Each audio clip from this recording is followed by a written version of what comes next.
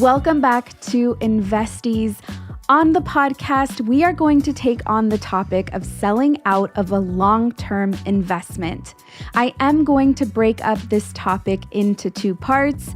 On this week's episode, we are going to cover what a long-term investment is versus a short-term investment and the tax implications that come along with that, as well as understanding a long time horizon versus a short time horizon. Next week, I will go through the emotional process and the strategy that I went through to sell out of this long-term investment. Let's begin by exploring different definitions of long-term investments and their benefits. According to technical definition, an investment held for a year or more is considered a long-term investment. So if your investment has passed the 12-month mark, it qualifies as long-term. On the other hand, an investment held for less than a year is considered a short-term investment. Knowing whether your investment is short-term or long-term is important because it impacts how you are taxed. If your investment is a long-term investment, then you will be taxed less versus having a short-term investment where you are taxed more. When you are hit with taxes on your investments, this is typically referred to as capital gains. You have long-term capital gains tax and short-term capital gains tax, which, as we just reviewed, how we determine whether you have short-term or long-term capital gains is by how many months you have held the investment. I want to go over long-term capital gains tax rates for 2024 so that you can get an idea of the difference that you have to pay in taxes versus a short-term capital gains tax and a long-term capital gains tax. I know it's a lot. Stay with me. Let's keep this really simple and say that your filing status is single. If you earn anywhere from $0 a year to $47,025 a year, then your tax rate for long-term capital gains is 0. Can we just take a moment to process that? We could be purchasing stocks for our children.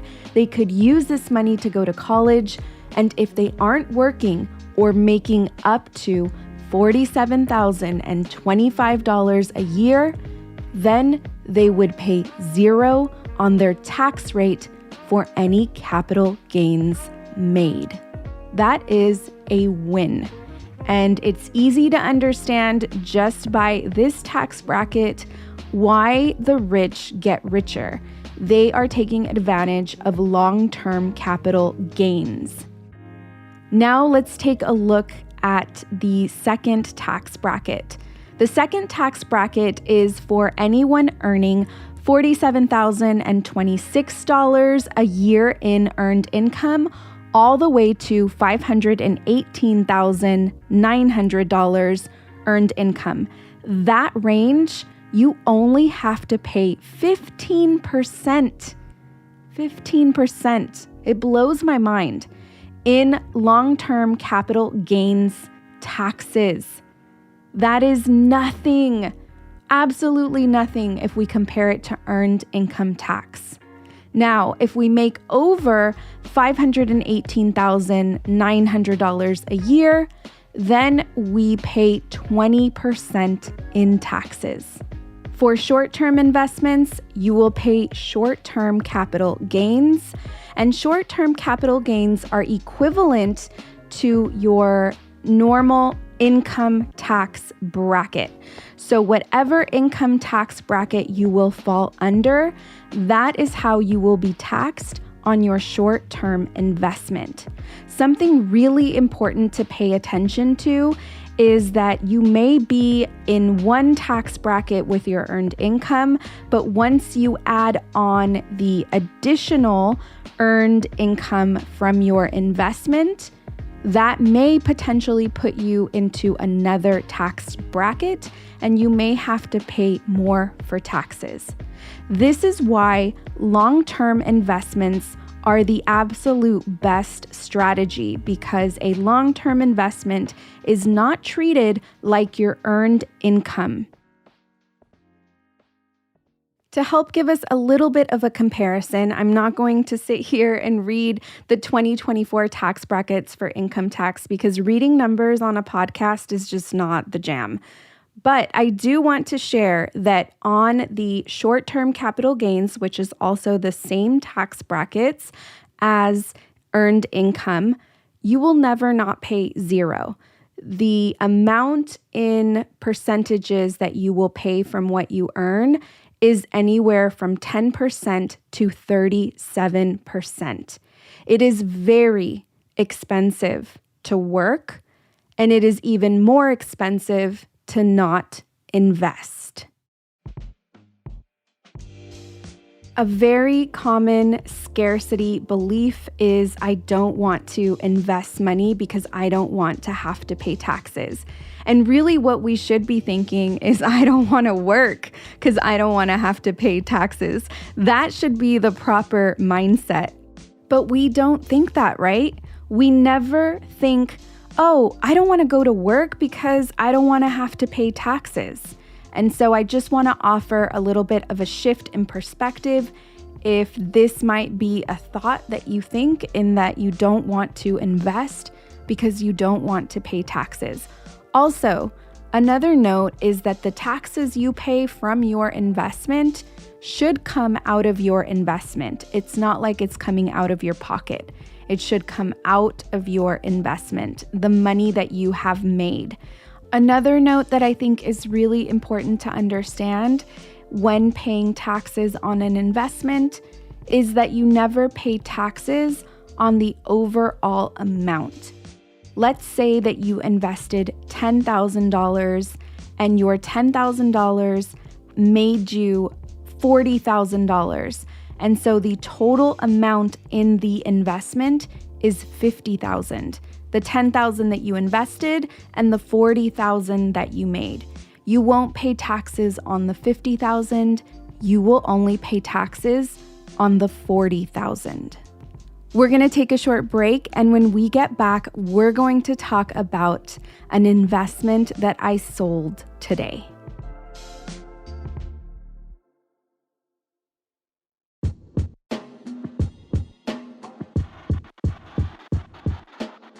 Investies, if listening to the tax benefits of investing isn't your sign to start investing, I truly don't know what is.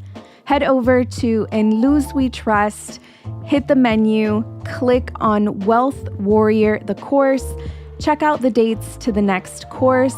This is potentially the last time I will teach this course live. You can check out the entire curriculum, how much the investment is, which honestly, it is minimal for the return you will receive on this investment. I look forward to seeing you in late February.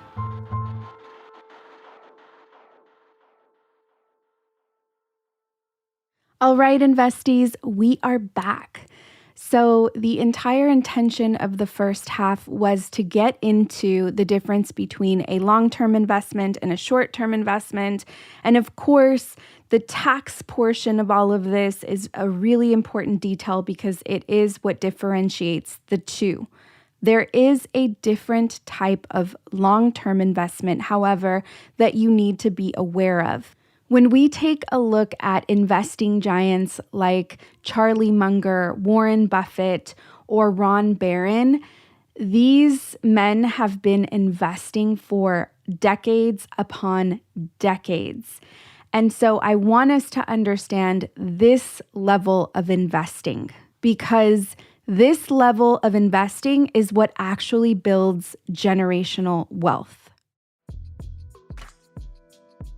To be able to differentiate the technical definition of a short-term investment or investor and a long-term investment or investor that helps us understand what tax bracket you fall on when being taxed, we use short-term time horizon or long-term time horizon to indicate the length at which you will be investing.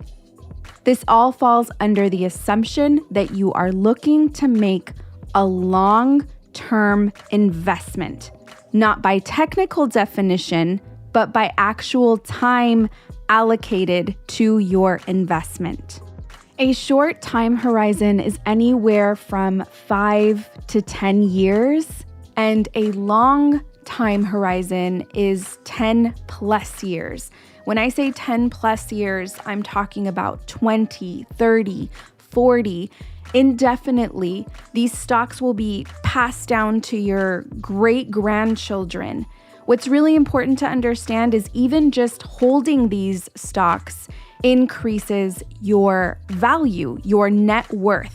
It doesn't increase your personal value. Let's get that straight. But it does increase your net worth, and you can in turn use this net worth to borrow more money.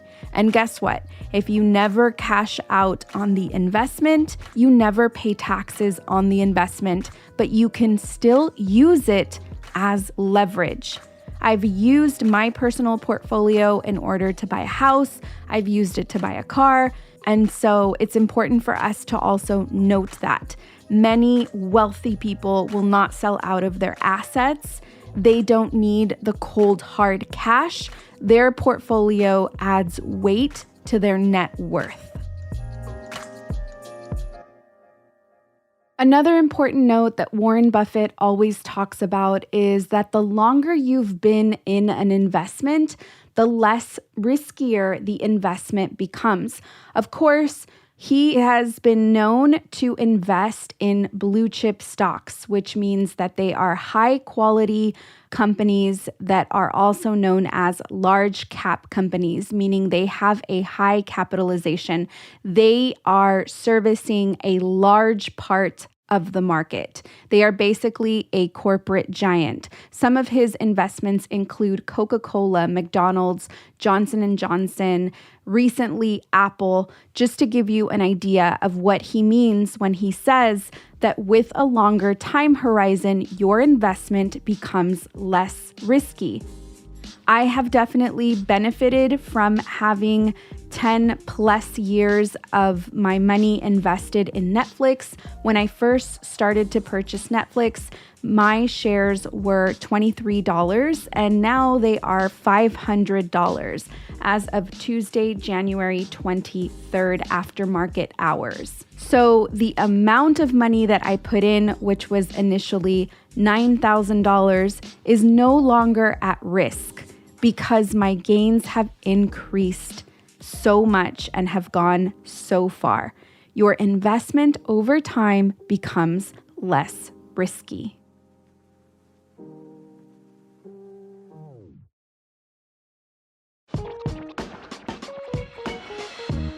Thank you so much for listening to this week's episode. As I mentioned in the beginning of this episode, we will be covering the emotional process I went through as I sold some of my long time horizon investments in Netflix. I'm going to go through that entire strategy with you next week on the podcast.